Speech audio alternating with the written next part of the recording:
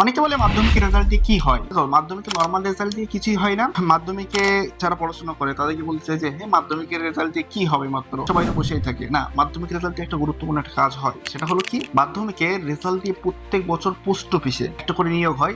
সেটা কিন্তু শুধুমাত্র মাধ্যমিকের রেজাল্টের উপর ভিত্তি করেই হয়। মানে ওখানে তোমরা যদি এখন থেকে যারা মাধ্যমিক স্টুডেন্ট আছো বা পরবর্তীতে যারা মাধ্যমিক দেবে বা তোমার ভাই বোনদের মধ্যে যারা মাধ্যমিক দেবে, সেই সমস্ত ছাত্রছাত্রীকে একটা জিনিস বলে দেবে যে মাধ্যমিকের রেজাল্ট দিয়ে পোস্ট অফিসে প্রত্যেক বছরই নিয়োগ হয় এবং সেটা শুধুমাত্র মাধ্যমিক রেজাল্টের উপর ভিত্তি করেই হয়। এই জন্য মাধ্যমিক রেজাল্ট দিয়ে অনেকে বলে মাধ্যমিক পড়লে কি হয়, মাধ্যমিক রেজাল্টে কিছু হয় না। না, মাধ্যমিক রেজাল্ট দিয়ে পোস্ট অফিসে একটা ভালো কাজ হয়ে যায়। আর দ্বিতীয়ত যে প্রত্যেকটা চাকরি মানে যেগুলো মাস্টারি যে পরীক্ষাগুলো আছে সেখানে মাধ্যমিক ফার্স্ট বেশি নাম্বার থাকলে একটা নাম্বার যোগ হয়ে যায়। এই জন্য মাধ্যমিকটাকে কেউ অবহেলা করে কাটান, কারণ মাধ্যমিক রেজাল্টটা কিন্তু খুব সেন্সিটিভ। মাধ্যমিকটাই তোমার পরবর্তী জীবনের একটা বেস তৈরি করে দেবে যে তুমি পরবর্তী জীবনে কি হতে চাও। সেই জায়গাটা কিন্তু মাধ্যমিকটা একটা খুব গুরুত্বপূর্ণ একটা ভাইটাল জায়গা। এই জন্য মাধ্যমিকটা কেউ অবহেলায় কাটাবে না।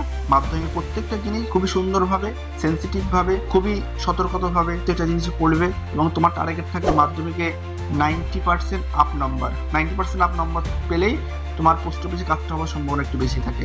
এই জন্য মাধ্যমিকের টার্গেট রাখবে 95%, 90% বা 95%। তোমাদের যদি ভালো করে পড়াশোনা করতে পারো এটাই কিন্তু অনেকটাই ভালো হবে। মাধ্যমিক পরবর্তী জীবনের একটা বেস, এই জন্য এই জায়গাটায় সব থেকে ভালো করে পড়াশোনা করো।